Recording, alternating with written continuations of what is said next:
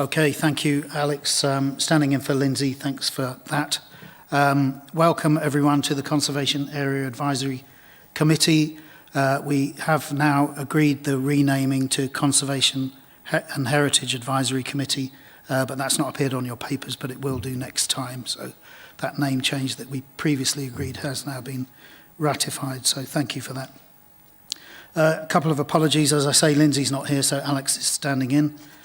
Councillor Carr has apologised, but I am expecting him to turn up a bit later, so we'll see.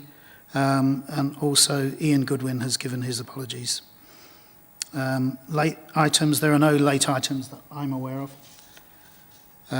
So we'll move on to declarations of interest. I have one to declare. I'm involved in the Market Hall project, so I'll need to step out at agenda item 3. So Paul, Vice Chair, has very kindly agreed to take over, and then if somebody can remember to let me know, I'll come back in again at the appropriate time and carry on. So in terms of the minutes of the last meeting, you've all had those and seen those. Any comments, or can we accept those as a true record? Proposer? Thank you. Seconded. Thank you very much.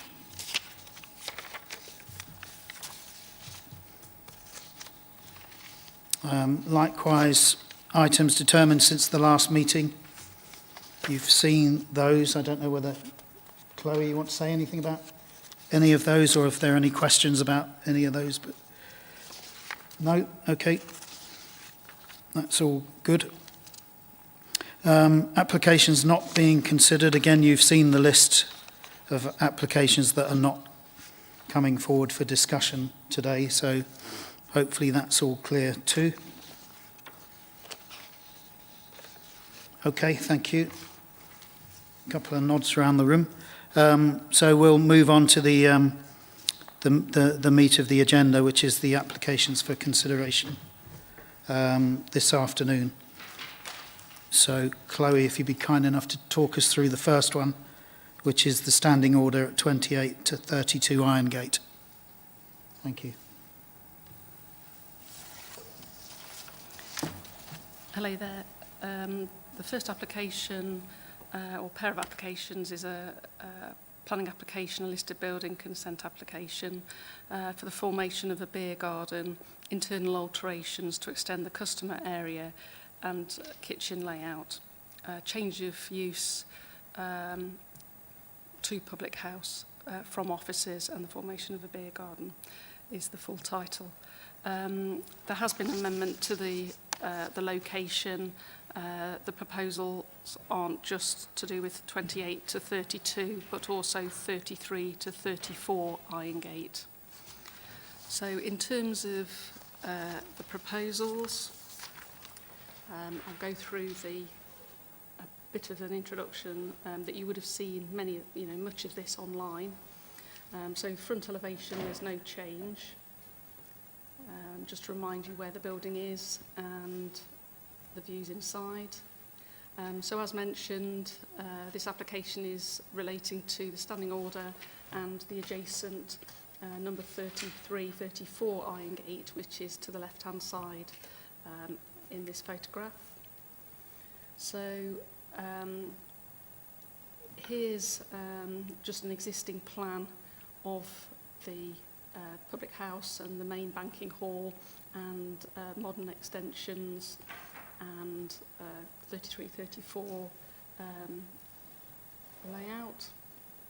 So in terms of the beer garden and the seating area, it's currently, well, it was a car park since April 2021 being used as a beer garden, and the proposal includes a number of pergolas with lighting, trellis, steel powder-coated posts and gate with timber herringbone slats and timber fencing in between the steel powder-coated posts.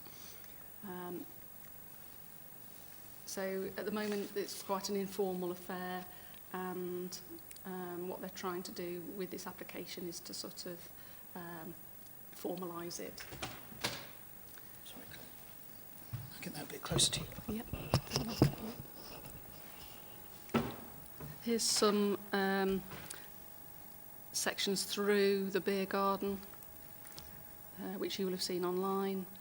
And just to point out, there's also a proposed customer area entrance, as shown on just to the centre of that plan, which is proposed to be glazed. No further detail has been submitted on that as yet. So rear elevation, the proposal is looking at a door to a window to a modern extension, and 2 new windows to the side of that modern extension, a window, converting a window to a door to the rear of number 34, which is the window that you can see on the right hand side.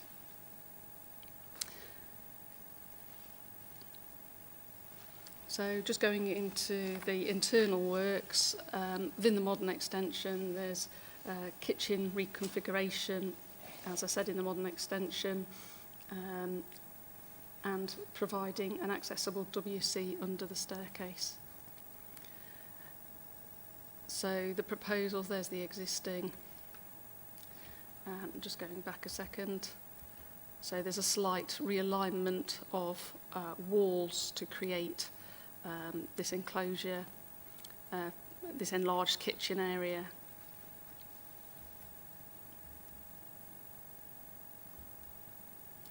So moving on to the other changes. So obviously you've got the main banking hall, which you can see within this photograph. And then a ground floor sort of projection which is where the manager's offices once stood. So the proposal and the main alterations that are proposed to the banking hall itself is 3 new apertures within the wall linking this building to the adjacent building.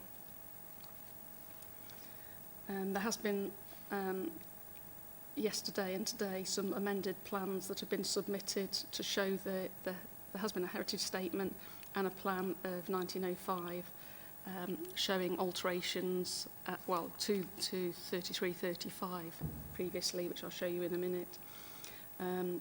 The proposal includes the area at the front of 34 at its existing level, with the existing staircase running back through the building, and a staircase in between the wall where the new aperture is proposed between the 2 buildings at the front.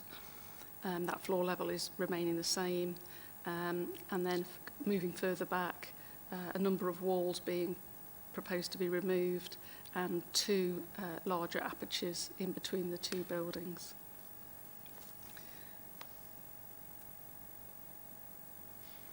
So here is a section showing the proposed apertures. Some photographs just to highlight the apertures in relation to the existing building.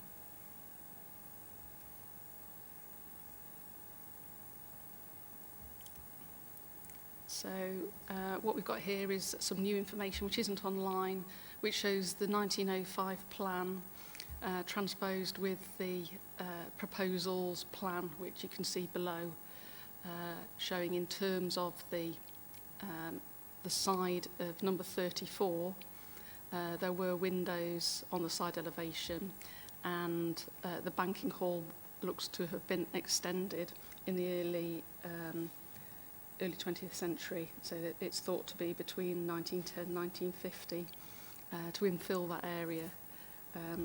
So, as I said, there is a late heritage statement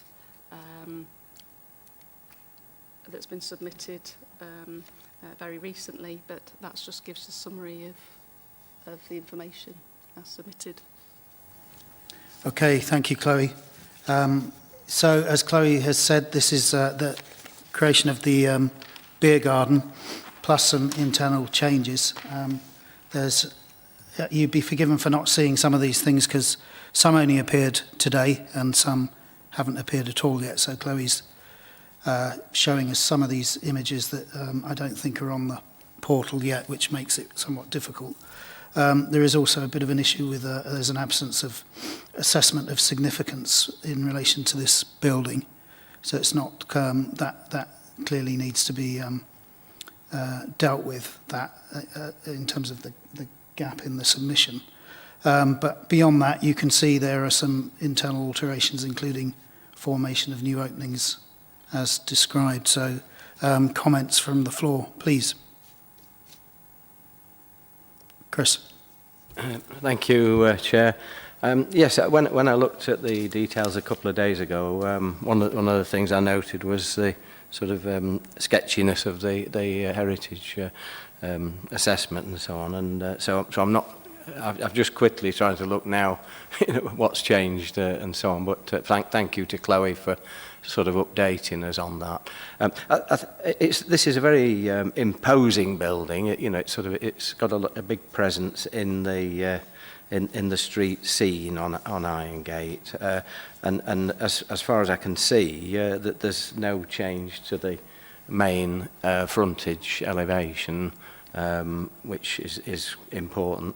I think the changes that are proposed to the main banking hall, which is very very important feature, are not too significant, and I'm happy really with the use of what's described now as a beer garden. I think it looked as though it was used in that way for a temporary period, perhaps COVID related, I don't know. And now they've decided perhaps that's the way forward, which perhaps a lot of premises will do.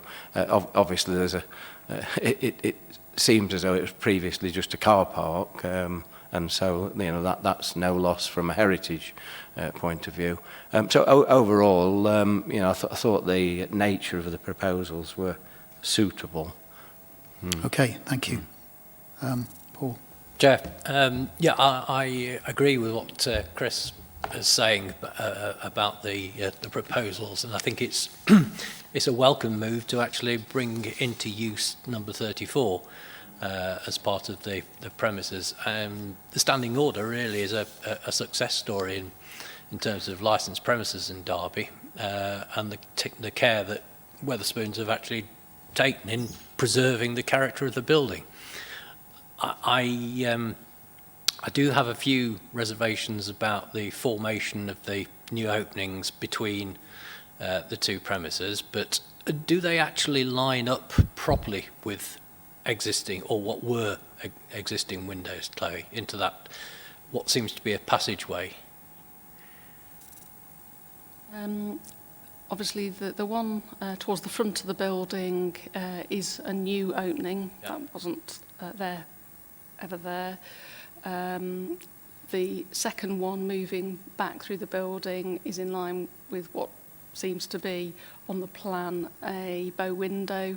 Yeah. And the third one, there was never an opening in this location. It looks to be a chimney breast. Right, thank you.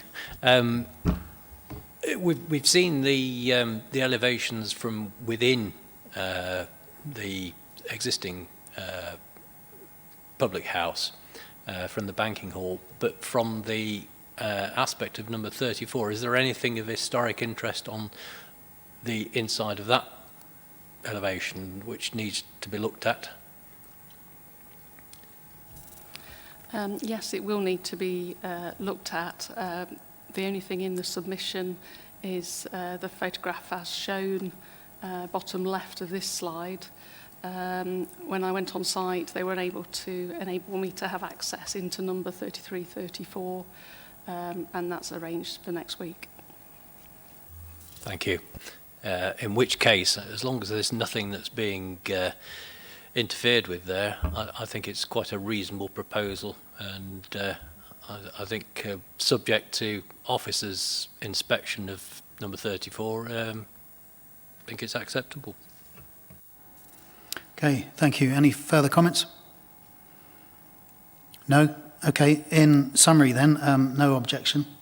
I think there's a general consensus that the proposal is a welcome one, including the reuse of number 34.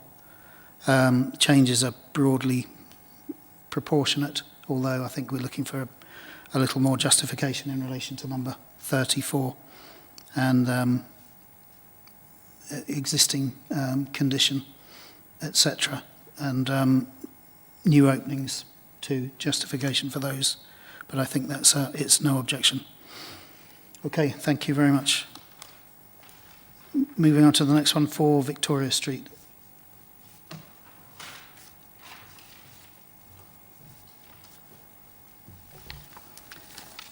Okay, 4 Victoria Street is Grade 2 listed building in the city centre conservation area. The proposal is for planning permission for change of use of part of the first floor, second floor, third floor from offices to 3 apartments, and listed building application for internal alterations in association with change of use of part of the first, second, third floors. So,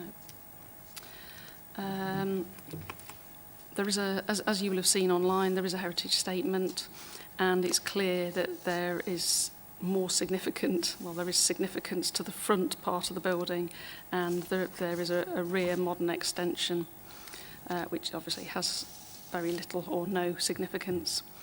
There's very detailed information been submitted for this application, and very useful elevation sheets.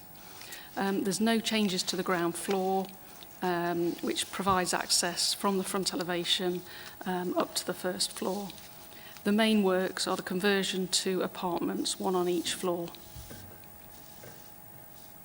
So this is the first floor, and you will have seen this. So the main changes are the installation of kitchens, connecting into existing drainage to the rear of the main living space, and showered WC rooms within the modern extension for the first floor, and where existing on the second and third floor. You'll have seen there's also secondary glazing proposed throughout the building. Modern doors are being replaced with traditional doors to match the original design for this building, which was a 3-panel design.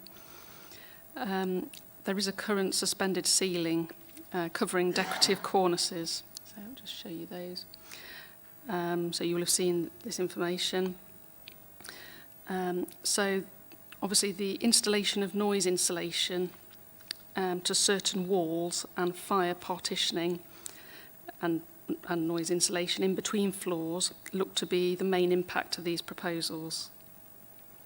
So the information shows the removal of existing suspended ceilings and installing them higher just below the cornice to provide the necessary fire compartmentalisation and noise separation. They do go on to say that there has been 2 options looked at and the pros and cons for those. One is to look at, as proposed, the suspended ceilings at a higher alignment and to chamfer at the window head. So they're not so imposing within the space. And the second one they also looked at was to remove the ceiling to expose the cornice and put the measures within the floor void. However, there is a need in conjunction with that for a noise mat which will raise the floor levels, impacting on doors, door heights, skirting, floorboards, etc. So there's impacts. So they've decided to go with the first one, the first of the 2 options. So here are the photographs of the first floor, just an example of one of the data sheets which you'll have seen online. Here's some photographs I took of the cornicing. There's a lot of services already in the above the suspended ceiling area. They're currently set at approximately 400 mil below the ceiling level, and the proposal is for them to be at approximately 145 millimetres below the ceiling level. So here's the second floor.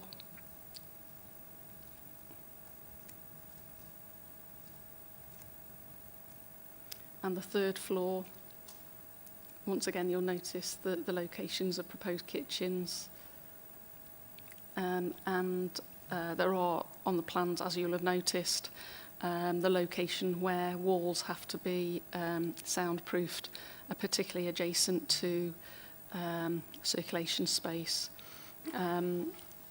and they've come up with an innovative idea of actually on this floor having a built-in cupboard which actually provides that a level of space.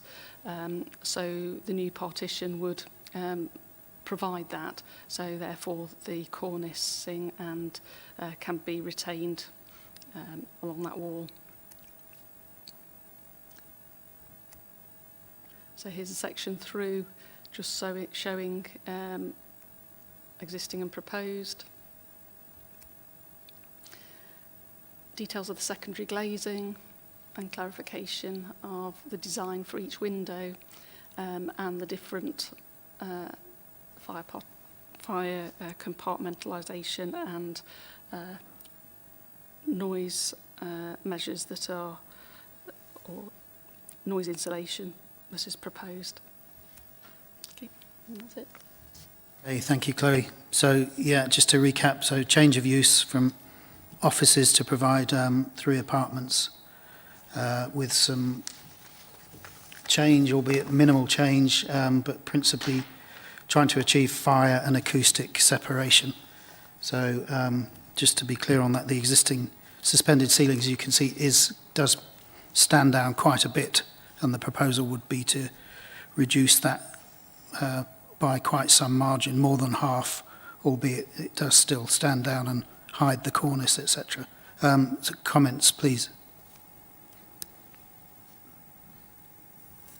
Chair, I think the overall scheme has to be welcomed. The detail that's gone into it is quite thorough, and I quite like the way the proposals have been put forward.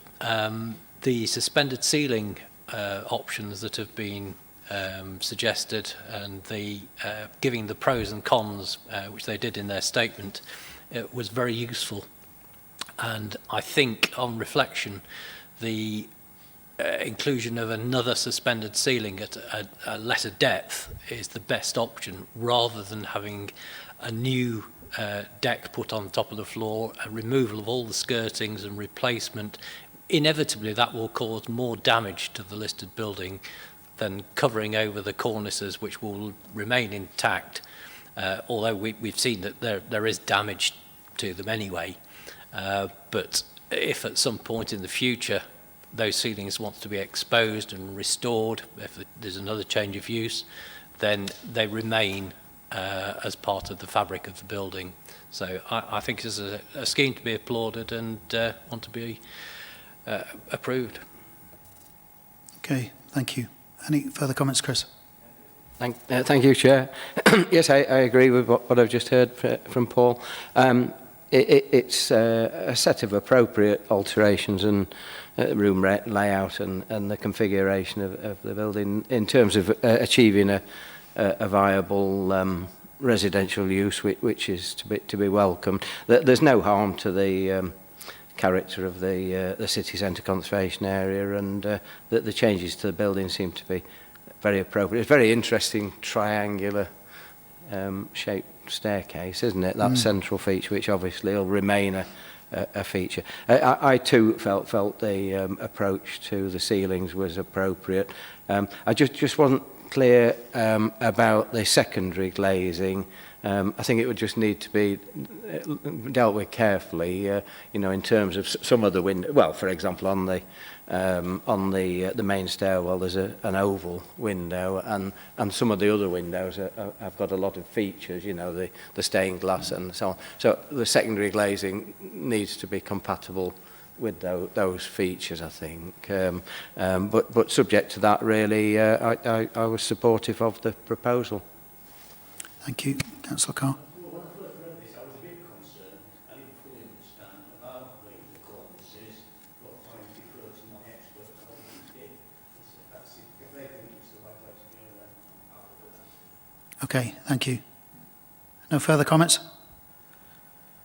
Okay, thanks for those. So in summary, I think there's a consensus that this is a well-considered scheme that's not likely to cause any harm or adverse impact on the listed building or indeed the conservation area.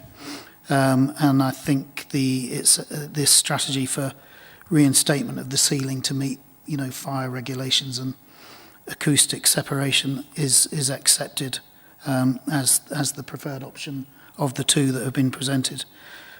Just the proviso then that the secondary glazing is discussed in some more detail with you, Chloe, to ensure that's done as carefully as possible, but no objection, thank you.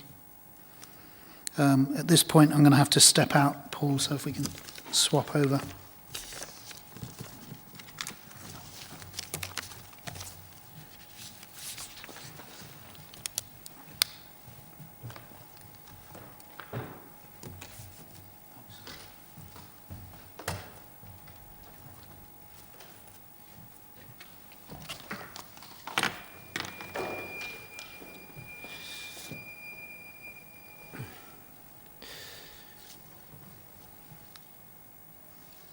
Right, Market Hall, Albert Street, the removal of the existing external staircase between the Guildhall and the Market Hall, and replacement with an internal staircase. Chloe, can I ask you to? Certainly. As you all know, it's a Grade 2 listed building in the city centre conservation area. The previous permission, so obviously, as has already been mentioned, it's the removal of the modern stair tower that you can see on the photograph there, and the installation of a new internal staircase. Now, there was a previous permission granted for an internal stair from first to roof level, which included a dormer, which was granted. It came to this meeting in January, where it was resolved there was no objection to those proposals. So just running through the PowerPoint. So there's quite a detailed heritage statement and analysis of the 1864 original plan, which showed the corner of the building, and it was just an enclosure. In terms of,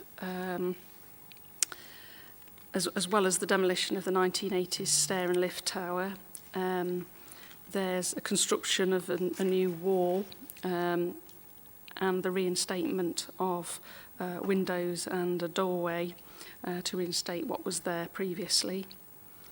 Obviously, there is an impact of the new staircase between the ground and first floor.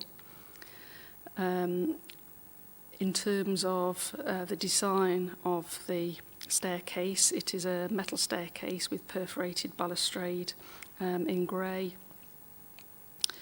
And obviously the justification is for means of escape from the first to the ground floor, as well as providing full access to roof level. So here are some of the plans that you would have seen online as you're looking through, and just a couple of photographs showing a ground floor level on the left and first floor level on the right, the area of the enclosure where the proposed staircase is proposed. You could see on the proposal's plan how it'll all line up and how it is proposed.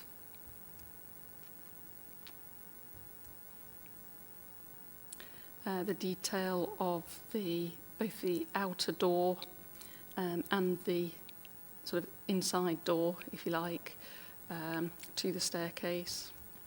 And that's it in summary. Thank you, Chloe. So clearly, the removal of the 1980s stairwell and the introduction of a new stairway internally with associated works. Any comments from?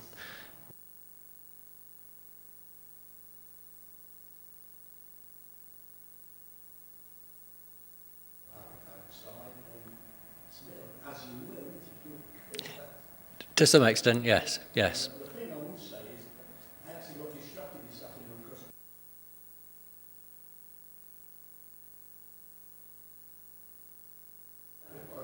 it was interesting.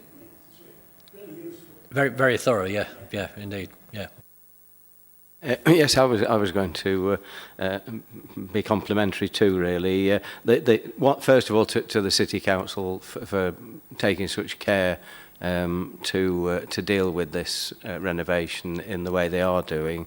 And secondly, to the agents who have really gone to town in terms of doing a proper job on the heritage assessment and so on, not just for this part of the proposals, but for the overall refurbishment. So, it's congratulations to all involved on that front. And I think this particular proposal is very sensible and very appropriate. We're losing something that's of no consequence at all. The 1980s fabric of the stair and lift tower, and the solution that's been proposed seems to be very, very appropriate. To build within an enclosed area, a necessary stair, because obviously there needs to be access to the roof for maintenance and so on, and to the upper floor. So, very much in favour, and would welcome the proposals, and no objection at all.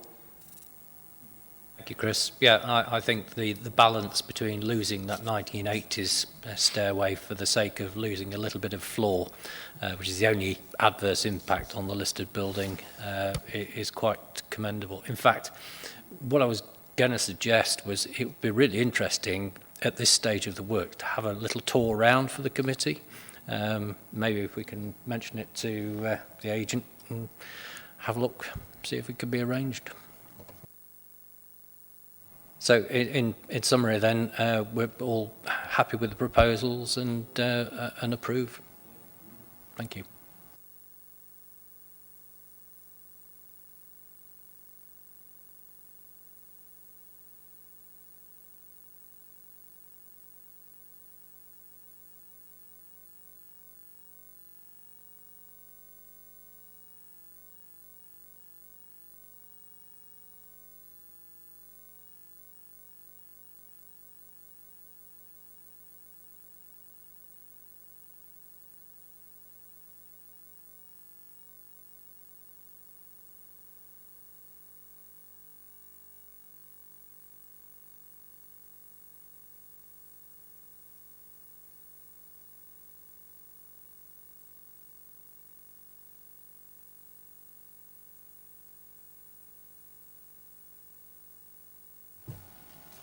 Okay, thanks again, Paul, for that. Next item on the agenda is Parker's Piece Sports Ground, the erection of a storage unit. Chloe? Right, thank you. So yes, this is the proposal for the storage unit. Obviously, in terms of heritage, it's within the Little Chester Conservation Area. And obviously, in terms of the Derwent Valley Wales World Heritage Site, that runs along the river at this location. Adjacent to the site, there is the Scheduled Ancient Monument, a Roman hypocaust. So just to point that out, and there has been detailed discussions with Historic England regarding some pre-application discussion regarding the location and the construction. So just to give a bit of a background, as a result of the approved planning application for the OCOR, Our City, Our River project, the decision notice, the approval had a number of conditions attached which required mitigation for the loss of sports facilities, as well as a condition for the implementation of a series of public art interpretive interventions to celebrate the heritage aspects and the significance of the river corridor, including, as I've mentioned, the Derwent Valley Wales World Heritage Site, the Scheduled Ancient Monument, the Roman fort nearby, and of course the conservation area. So there's new sporting facilities at Darley playing fields that have been completed, and obviously the Parker's Peace pavilion has been refurbished, and the cricket ground renovation is nearing completion. What's being proposed is a cube 11 metres away from the flood wall, and obviously the flood wall, as you'll remember, in this location is constructed in Core 10 to relate to the railway heritage. It's a four-sided structure, 3 metres by 3 metres and 2.5 metres high. So a hard surface is to be laid beneath it and around to anchor the unit and for pedestrian access. The construction depth will be kept to a minimum and in agreement with Historic England.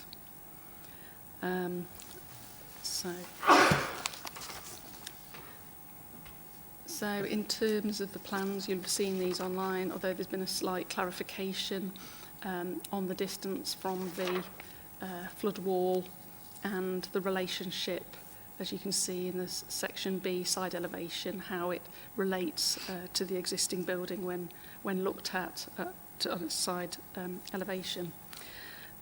So in terms of materials, as I mentioned, the cube is proposed to be Core 10, where there's steel, and also stainless steel and cast iron. The exact detail of the information, of the interpretation isn't yet pinned down, but they're looking at different methods to create the interpretation, whether that's laser cut Core 10 as shown in the photograph, cast iron in relief, so sort of moulds of different things to relate to the area, and also they're looking at digital links as well, as you'd expect. So just some more photographs showing the site as existing. So the proposal is to the left-hand side of the top photograph of the pavilion, and some more photographs just looking at where the interpretation and the storage unit, which is actually for equipment for the cricket pavilion, which they need to store nearby, and there isn't room within the cricket pavilion itself. And that's it. Okay, thank you, Chloe. So this application is for a small storage unit, which is designed to kind of reflect the flood wall treatment. So Core 10 steel, which is when steel is allowed to oxidize, so effectively forms a skin that protects it then, but it has the appearance of rusty steel. So that's what's before you. Any comments at all, please? Councillor Carr.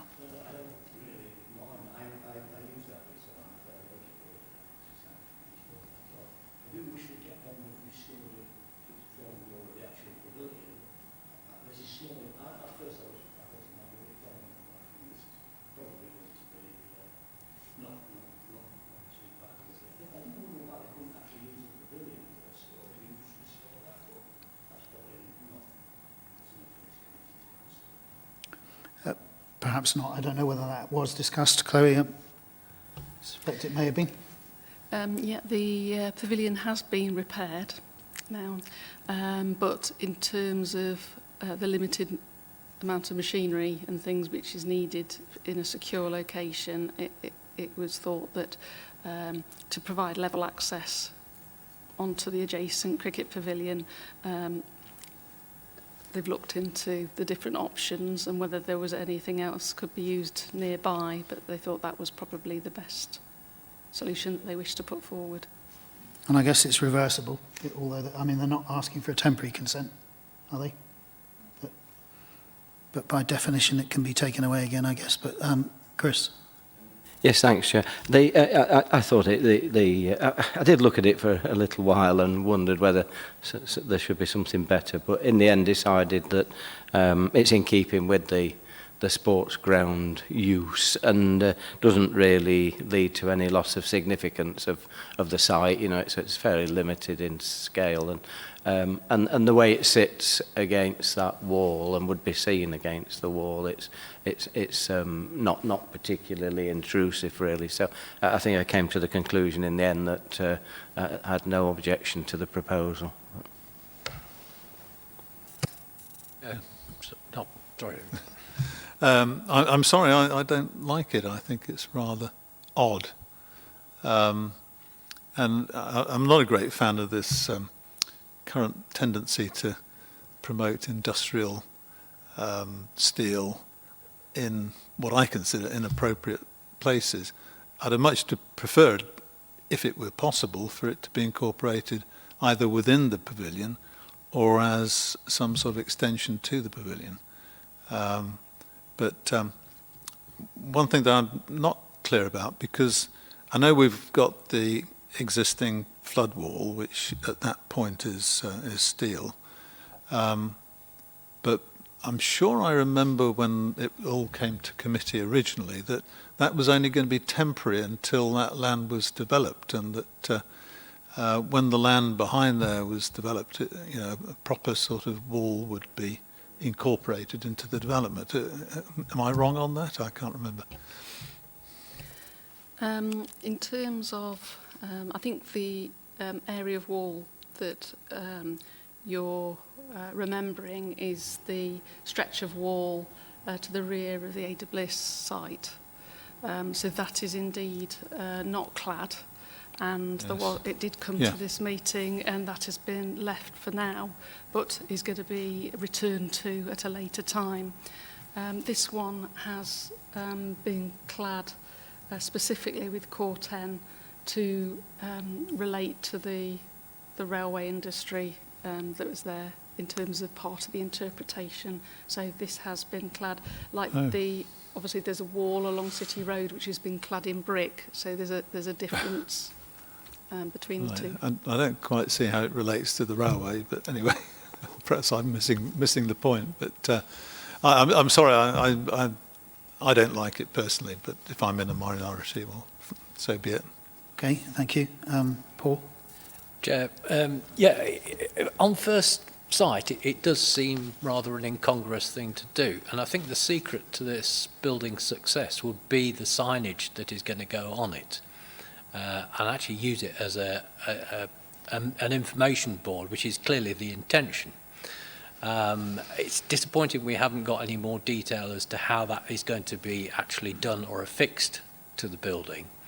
I looked at it from the point of view, first seeing, as you suggested, David, whether it could be an extension to the pavilion.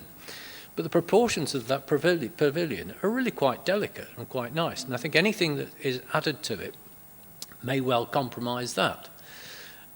So whilst this building does appear rather insensitive, shall we say, I think if it is used in the way to actually explain the area and give information, I think it could work quite well, more as a signboard rather than a mower store.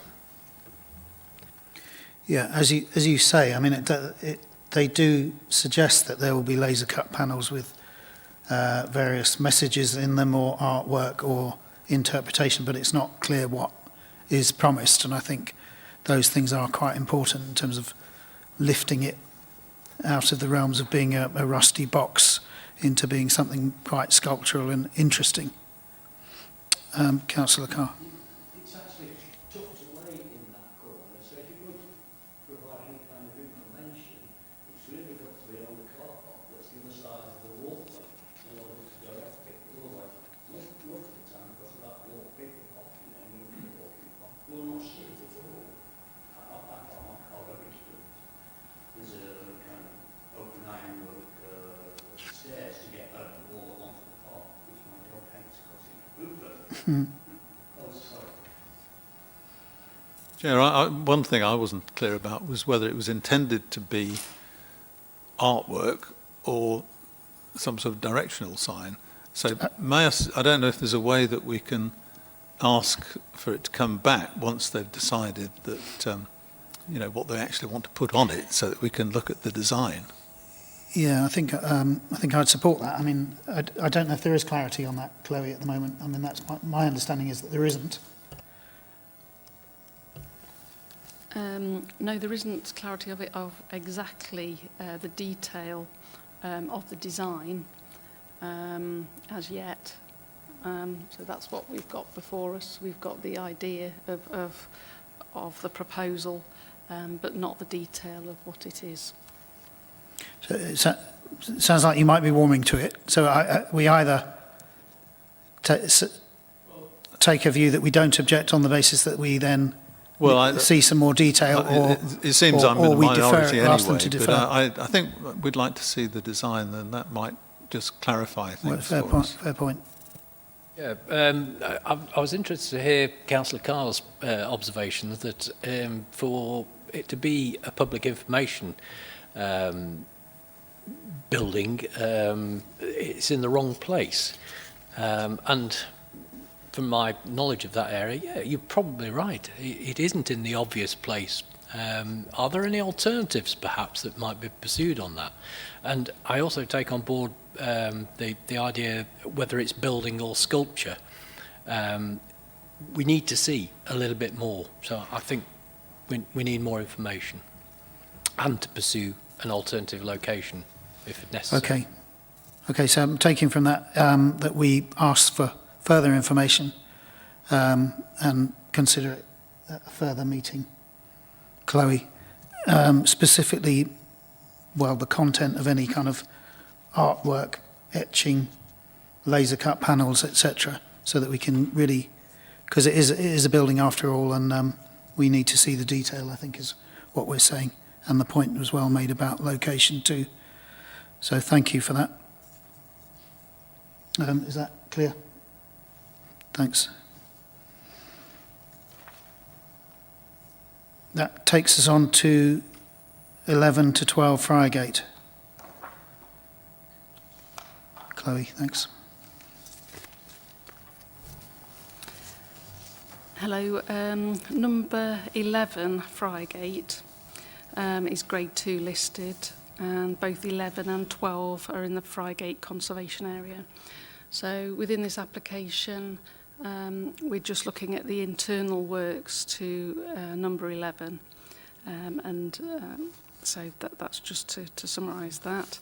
The proposal is for a change of use from restaurant to community facilities for place of worship. There's also the proposed roofing over an existing passageway or part of it, and minor alterations to walls to form a disabled access ramp between the two properties. There's also a listed building application for internal alterations in association with the change of use, which comprises of an opening at ground floor level, first floor level in number 11, second floor level in number 12 along the party wall. The other alterations listed there in the description are relating to number 12, which is not listed. So in terms of the type of use that's proposed within this building, it's proposed to be community outreach centre associated with the office facilities for St Werburgh's Church. So what's intended is this for a place for not just the officers, but also youth groups, mums and tots, etc., prayer meetings, Sunday school, that sort of thing. So that's the list of various things which have been given within the application. So number 11 is the black and white building, which is shown in the centre of the top photograph. There's no proposals that affect the frontage. A slight oddity is, at first glance, well, it looks like a 3-storey building, but the middle floor, the first floor, we should call it, or the middle windows, are not accessible. and not going to be used as part of this proposal. So you may have noticed online when you looked at the information, there's a slight, slightly an oddity. So internal works, we'll just run through those. So here's the overall layout of both buildings, but just looking at number 11, in summary, there are 3 doorways proposed to the party wall in between 11 and 12, 2 at the ground floor. So there's one at the front, as you can see, at the front of the building. Then there's the ramp, an area which is being roofed over, an enlarged, a current opening being proposed to be enlarged at the base of the stairs. In addition, on this floor, there's also a proposed doorway between the main multi-use room and the kitchen behind. So some sections that's been added on to the application showing the door between the 2 at the front, and which is on the right hand side, the area being roofed over with the 2 roof lights, and further along where they're proposing an opening where the window used to be, and a doorway entrance. So they've, in terms of this, just going into a little bit more detail, the reason for those works is to make it, they've submitted this narrative, making it a brighter and less oppressive transition space when moving between the 2 buildings.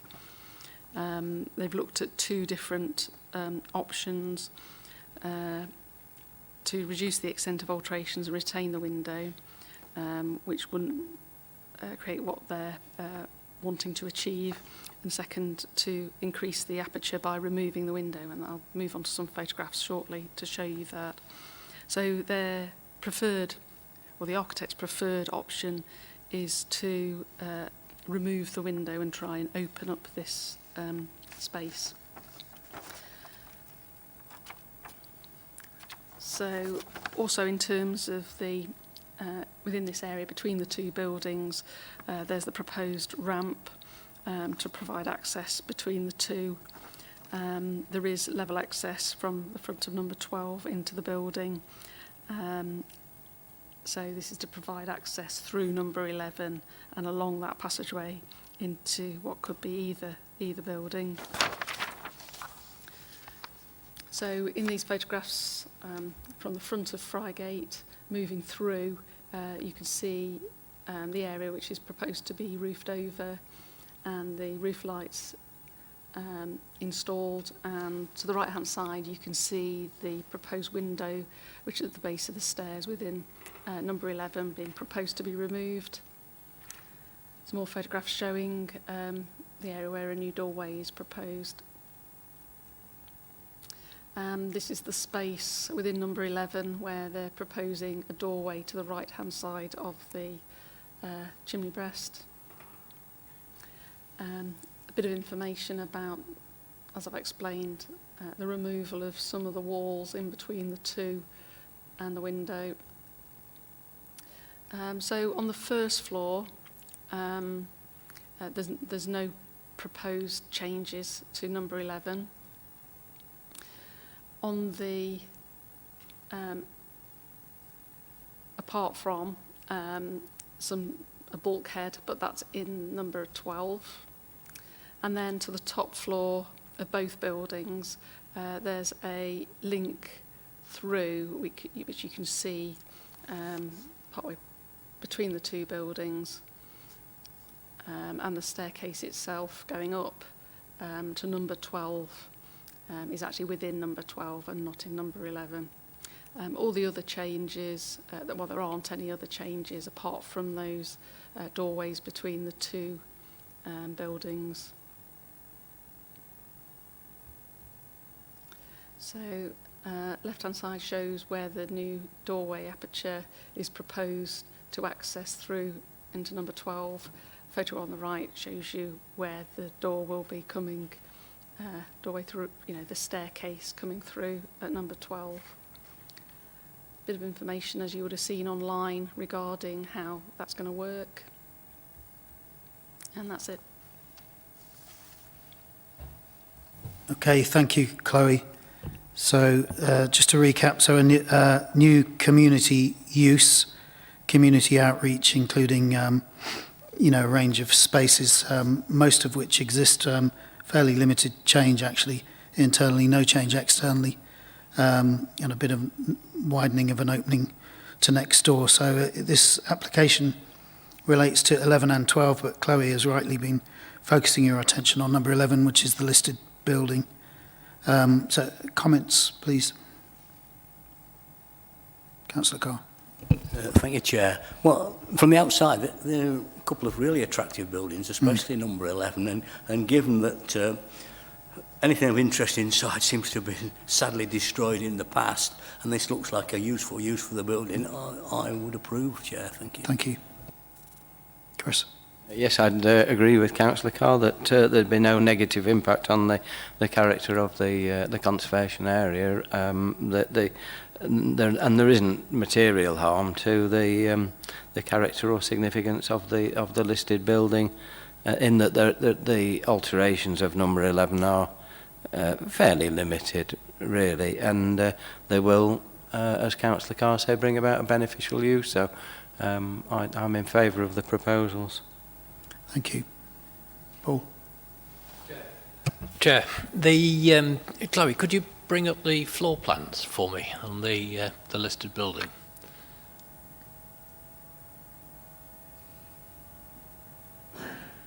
The ground floor particularly. Yeah, that'll do. I have a few concerns. The opening that's being slotted in at the side of the chimney breast there, is that really necessary? It's an important brace to that outside wall as well from a structural point of view, because all the rest have been perforated in the past. Sorry, Chloe, can you point your cursor to that so that we can see? Yeah, in that area there, thank you. So I'm slightly concerned about that. I'm also slightly concerned about the puncturing of the party wall to the old passageway. At the front, there's the new doorway in there, which again, I struggle to see the importance of that. And it's again positioned so closely to the front of the building, it's going to weaken it at some point. Okay, structural engineers may argue and put in something to prevent that happening, but I think that needs to be attended to. And I guess it is right opposite another door that does exist already. It does exist already. Into that space. Right, okay. So then moving to the opening up of that well in the stair area there, where we're losing quite a chunk of party wall between the two. You say there was a window there, Chloe, which is being removed and opened up, and the side of the stairway will pass through that. Then there will need to be some form of protection inserted back in there.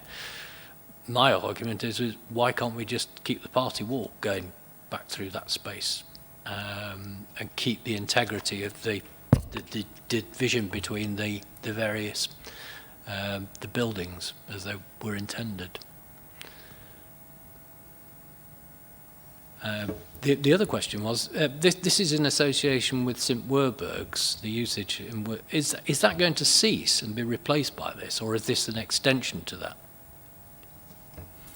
I understand it's an extension to that use.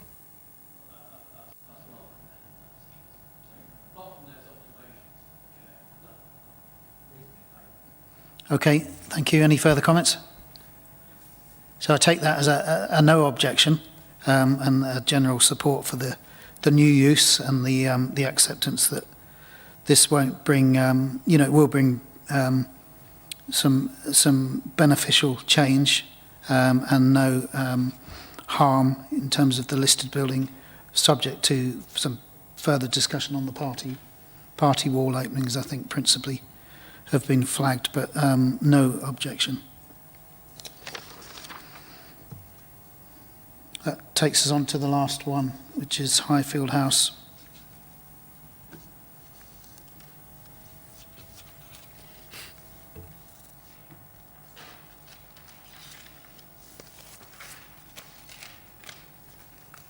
Thanks, Chloe.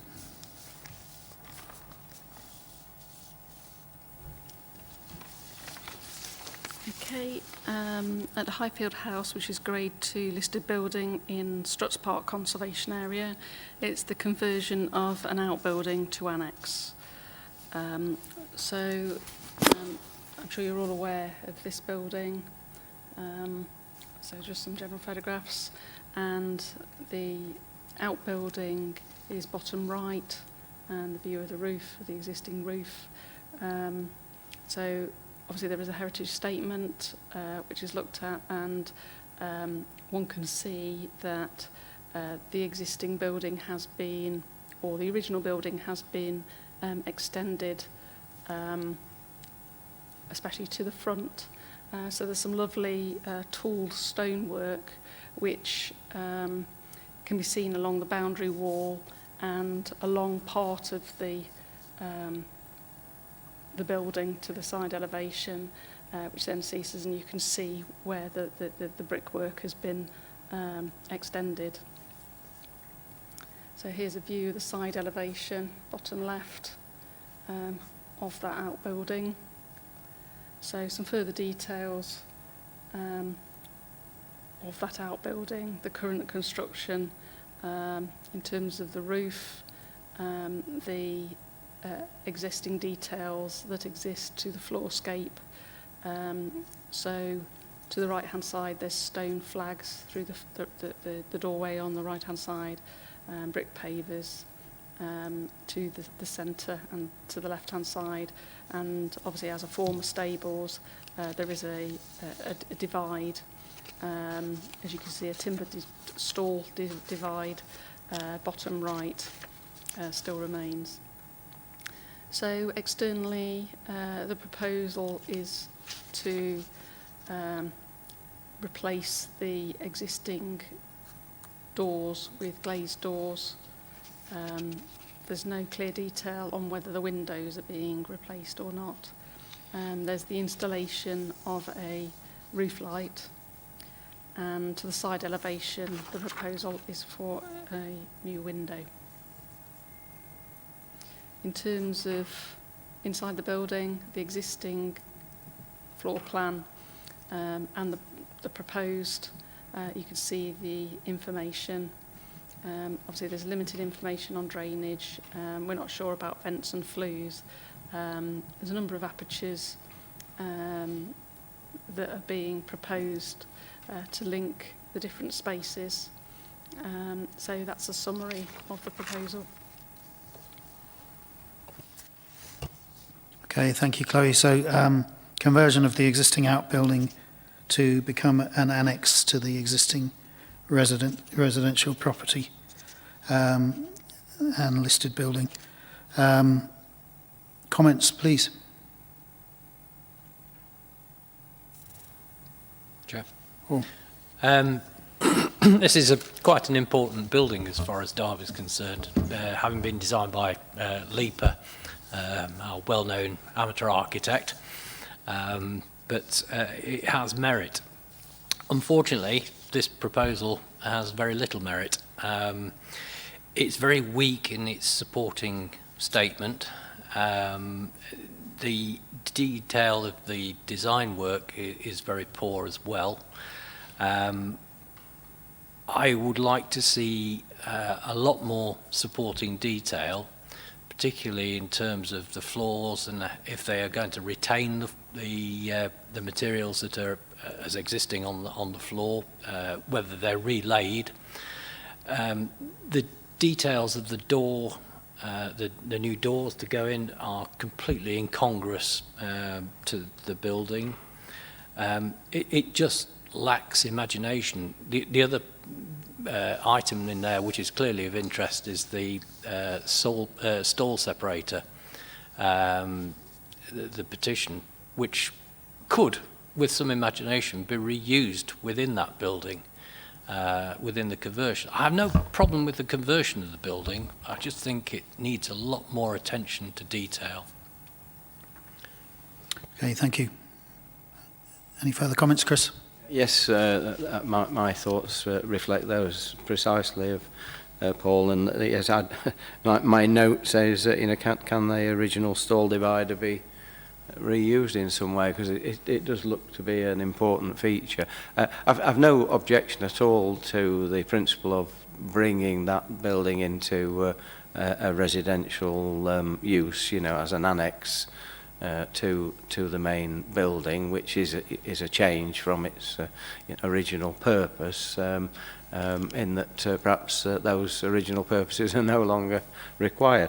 So the principle of use is okay, but like Paul, I feel there needs to be a lot more thought about the detail of the scheme and how it can actually be achieved.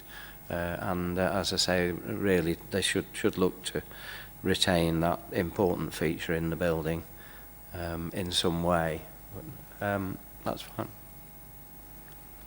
I think, I'm not sure you picked up on it as well, but the lantern is proposed over the centre, and that's conceived of as a sort of pyramid lantern, which I think would be somewhat incongruous in terms of the overall I agree composition of the entirely, building. Chair. Yeah.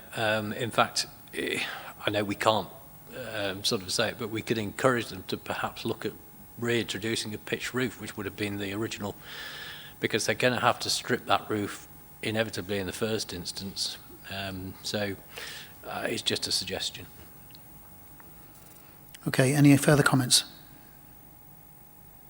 I simply concur with what's already been said. Thank you. So am I taking that as an objection? We'll encourage the applicants to think more carefully about the detail matters that they're considering. So I think we're content with the principle of conversion for residential use, and in fact welcome the building being brought into a beneficial use. But I think some more thought about how that actually comes forward, making the most of the existing features of the building and making sure that it's done a little more sympathetically. So objection. And that's the last item on our agenda. I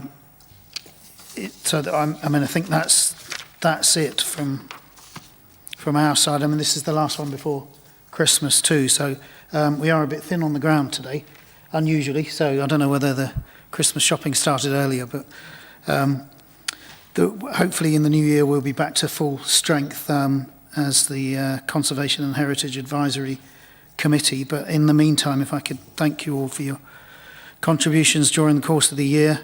I think one more thing to add is that you'll notice that in the old days we used to have printed copies of drawings that you could refer to. If you arrived a little early, you could look at those and remind yourselves of what's what.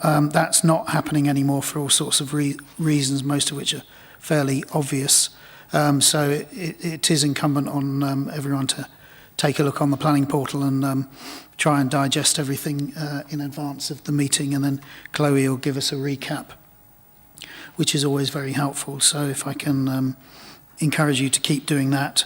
And yeah, as I say, thank you very much and wish you all a very happy Christmas. See you in the new year. And to you, Chair.